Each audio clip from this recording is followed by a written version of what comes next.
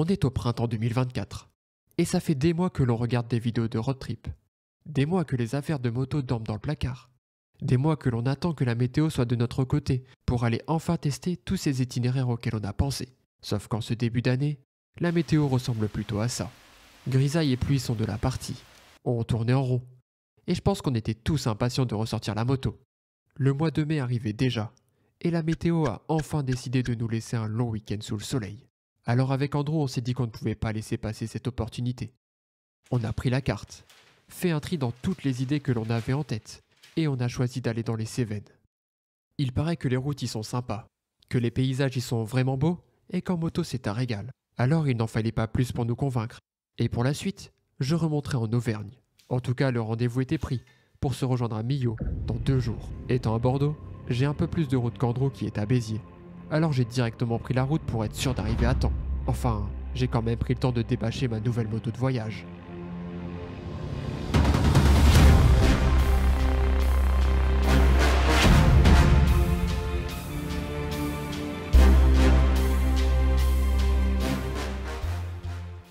Tu t'attendais peut-être à un trail suréquipé, permettant d'avaler les kilomètres dans un confort absolu. Mais non, tu ne rêves pas. C'est bien ce roadster italien survitaminé qui va m'emmener sur les prochains road trips. J'ai chargé la moto, et j'étais enfin prêt à aller avaler les kilomètres. Je te vois déjà me demander si le camion atelier va me suivre, et je te répondrai de ne pas oublier de t'abonner, si tu veux voir si cette Street Fighter V4S va me ramener à la maison. Cette fois encore, je n'ai pas d'itinéraire précis, et j'ai commencé par quitter au plus vite l'agglomération bordelaise, pour arriver sur les petites routes de campagne. Et là, les vacances pouvaient enfin commencer. Mais il restait un dernier détail à corriger, parce qu'on ne va quand même pas rester sur ces routes beaucoup trop droites. On va changer l'itinéraire pour quitter les grands axes, et prendre les routes plus touristiques, et passer par les beaux petits villages de France.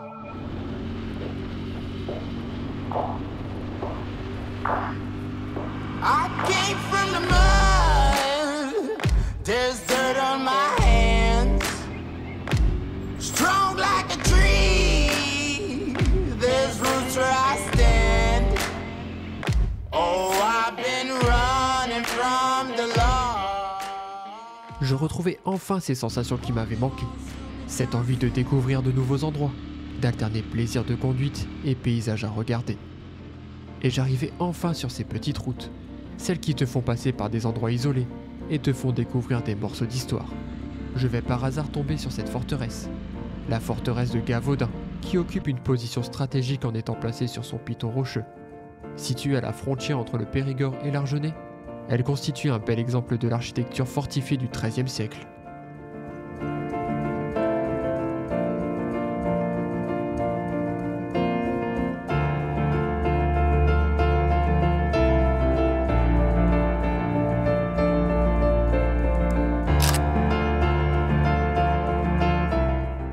J'ai continué sur cet itinéraire touristique, et quel plaisir de rouler sous ce soleil qu'on a tant attendu. Je ne sais pas où je suis précisément, et j'ai aucune idée de où je vais poser ma tente ce soir, mais j'ai hâte. Sur ces premiers kilomètres, je découvre ce V4 au caractère bien présent. Bien différent du 3 cylindres de la Street Triple RS, je m'habitue progressivement à ce moteur beaucoup plus agressif, qui ne demande qu'à monter dans les tours. Et nul doute qu'avec cette puissance, je serai dans les temps pour rejoindre Andrew. Mais ne crois pas que je vais rouler vite, et ne pas prendre le temps de profiter. Je vais justement passer par les petites routes du Lot-et-Garonne, du Lot et de l'Aveyron, pour arriver dans les Cévennes. Mais je vais découvrir un des principaux défauts de cette moto. C'est ce foutu voyant qui s'allume beaucoup trop souvent. Et je commence à me dire qu'en plus de visiter les sites touristiques, je vais visiter quelques stations-service. Et je me rends compte qu'en passant par les petites routes, les stations essence sont beaucoup plus rares. Et qu'à tout moment, je me retrouve en panne d'essence, là, ici, au milieu de rien.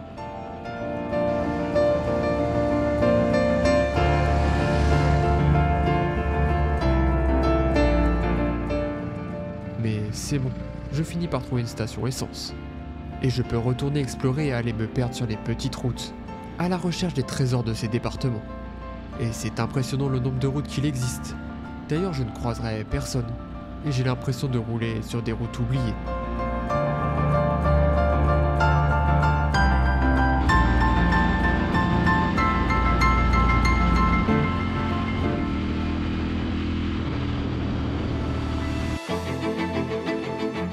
Toujours dans le Lot-et-Garonne, je découvre le château de Bonaguil. Ce château fort, construit à la fin du XVe siècle, a traversé les époques. Il illustre parfaitement l'évolution des techniques de défense, du Moyen-Âge à la Renaissance, jusqu'aux prémices des fortifications à la Vauban et l'arrivée des armes à feu.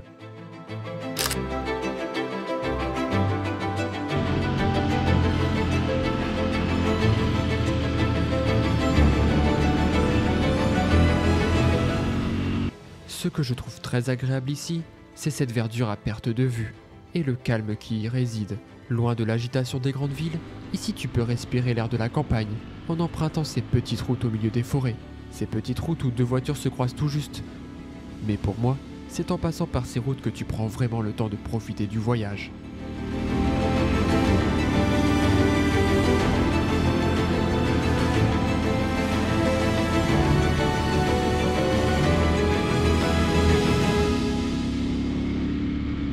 L'heure de trouver où dormir approchait, et cette impatience de monter la tente pour la première fois de la saison était de plus en plus présente. C'est un des moments que j'apprécie particulièrement. La fin de journée, quand la tente est montée et que tu es posé à côté de la moto, que tu repenses à la bonne journée que tu as passée et à celle qui t'attend demain.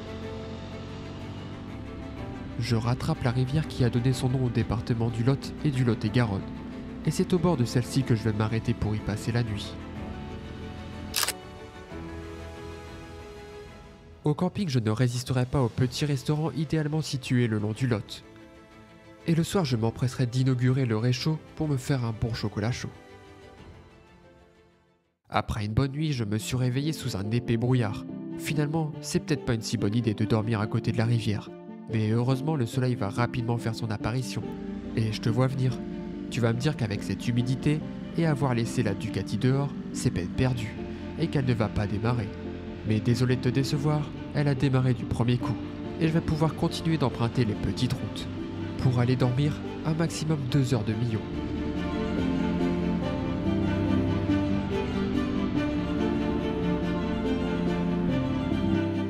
Je vais commencer la journée par longer le Lot. Ce n'est que le deuxième jour de ce petit road trip, mais je retrouve déjà tout ce que j'aime dans le voyage à moto. Rouler au milieu de ces paysages, retrouver ce sentiment de liberté, sentir le moteur vibrer et partager un morceau de route avec d'autres motards.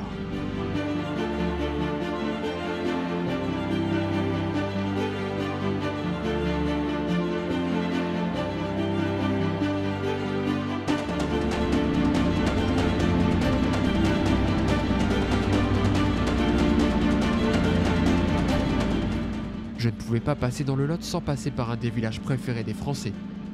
Saint-Cyr-la-Popie, véritable trésor médiéval. Ce village perché en haut de sa falaise surplombe le Lot.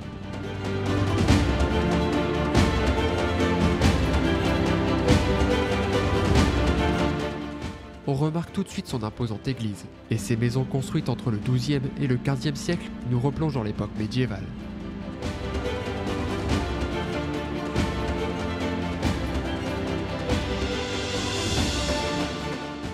Il regroupe à lui seul 13 monuments historiques qui ont traversé le temps. Et comme pour mieux se laisser imprégner par la noblesse de son architecture, le village se visite à pied.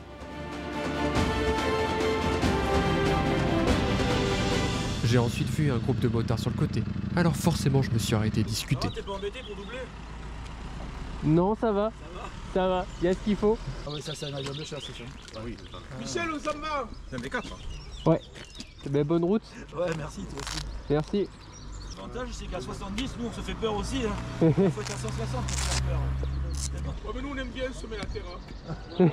C'est sûr qu'on n'avait pas du tout le même style de moto, mais on avait tous le même plaisir de voyager avec notre deux roues.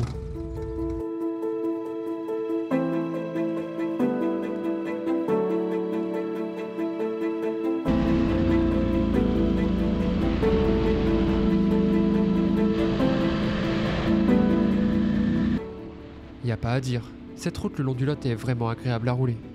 Et c'est parfait pour profiter un peu plus de cette moto.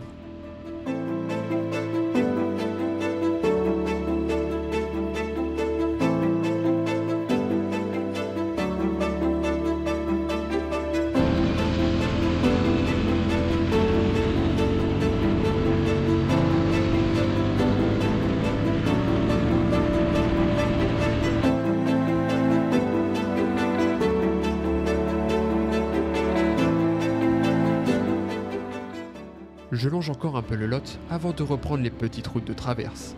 Et pour le coup, je vais vraiment me retrouver sur des petites routes. J'ai l'impression d'être perdu au milieu de rien. Et c'est peut-être le cas. En tout cas, je vais espérer que mon voyant de réserve ne s'allume pas tout de suite. Je vais passer par des petits villages où tout le monde doit se connaître. Bien loin des grandes villes, ici pas d'autoroute. Pas de gros centre commercial à proximité. Mais ça n'a pas l'air de manquer aux habitants. Ici, on doit vivre différemment. Et je vais discuter avec une dame pendant un moment, qui sera surprise quand je vais lui dire que je viens de Bordeaux en moto, et que je dors en tente. Vous venez de Bordeaux? Oui. En moto? Ah oui, mais vous vous promenez? Ah oui, je me promène. Ah, mais c'est super. Je fais les petites routes. Là, je descends direct sur les Cévennes. Oh là là. Et Et là, vous dormez pas. j'ai la tente là dans le sac. Vous dormez avec à la tente? Ouais. Et ben merci. Et Oh, puis ok. bon après-midi. Eh bien, je suis contente. Ça fait plaisir. Au revoir. Discuter et échanger, c'est quelque chose que j'aime beaucoup, et surtout en voyage, parce que ça permet de voir d'autres choses, de partager des points de vue, des expériences, et d'ouvrir un peu notre vision des choses.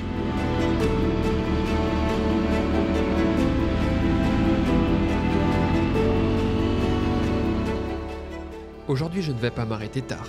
Il ne me reste que 100 km avant d'arriver à Millau, et je devrais y être pour 11 heures sans souci. Alors je monte la tente, et ce soir je vais passer une soirée que je n'oublierai pas. Avec des rencontres comme j'aime faire en voyage. Ayant posé la caméra pour profiter de la soirée, je vais te raconter ça ce matin. Alors que je m'apprêtais à faire à manger, j'ai été invité à boire l'apéritif avec des motards. 2 couples venus cette fois avec leur caravane, mais ayant beaucoup de kilomètres au compteur de leur moto. On a discuté d'un peu tout, et tu t'en doutes, surtout de moto. Et la soirée va se prolonger, puisqu'ils vont m'inviter à manger avec eux.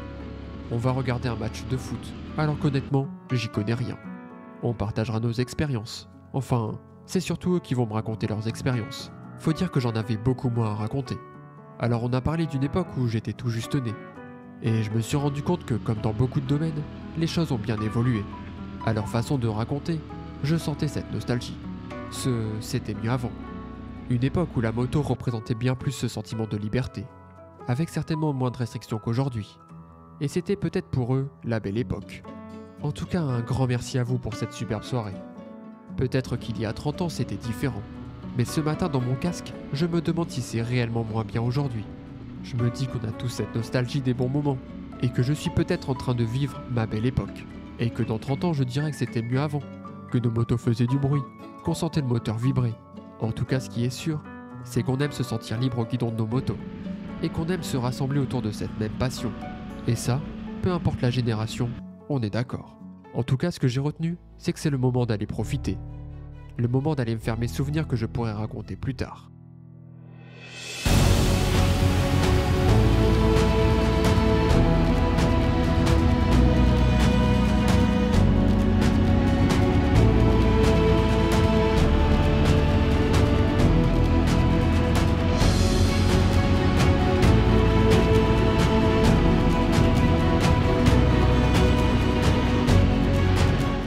Alors pour les souvenirs, j'ai suivi le Tarn.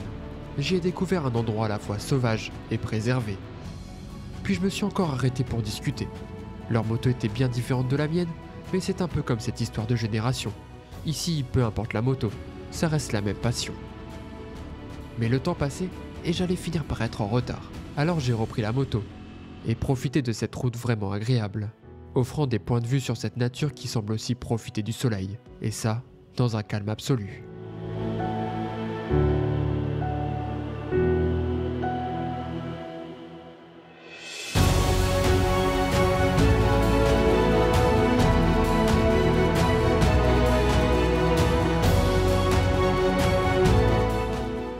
J'arrive ensuite au barrage de Pinet. Ici, 10 millions de mètres cubes d'eau peuvent être retenus. Je traverserai le barrage avec ce magnifique village en arrière-plan, et je prendrai le temps de discuter. Encore, tu vas me dire. C'est possible que j'aime un peu trop m'arrêter discuter, mais cette fois je rencontre cette bande de motards venus du Var, qui profitent eux aussi de ce week-end sous le soleil. Je ne devais pas être le seul à tourner en rond dans mon salon et à attendre le beau temps.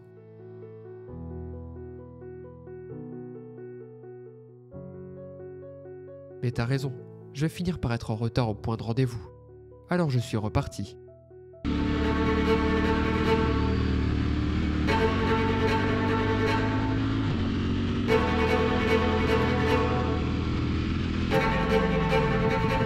Et là, je vais à nouveau m'arrêter. Mais cette fois, c'est pour ce paysage juste incroyable. Wow. Comme quoi, pas besoin d'aller à l'autre bout du monde pour en prendre plein les yeux. Mais dans le doute, on partira quand même à l'étranger et je t'invite à t'abonner pour ne pas rater ça.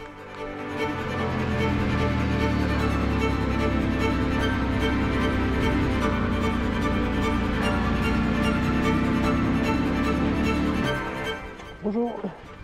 Je vais m'arrêter une dernière fois, pour discuter certes, Moi, je viens de mais Bordeaux. aussi pour profiter d'un des plus beaux villages de France. Père, à seulement 7 km de Millau. Ces maisons de pierre claire s'étirent le long d'une falaise abrupte, face au plus haut viaduc du monde. Millau, c'est vraiment la ville que tu ne peux pas rater. Son viaduc qui passe au-dessus est vraiment impressionnant. Je me suis promené dans les ruelles, et là j'ai regardé l'heure, il était vraiment temps d'y aller.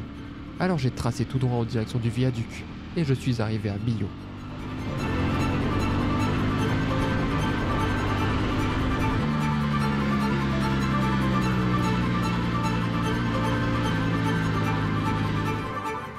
J'ai quand même eu l'espoir d'arriver en premier, mais Andrew était déjà là. On a pris le temps de discuter un peu, et on allait maintenant pouvoir commencer à explorer les Cévennes. Mais ça, c'est pour le prochain épisode. Alors si tu ne veux pas rater ça, abonne-toi.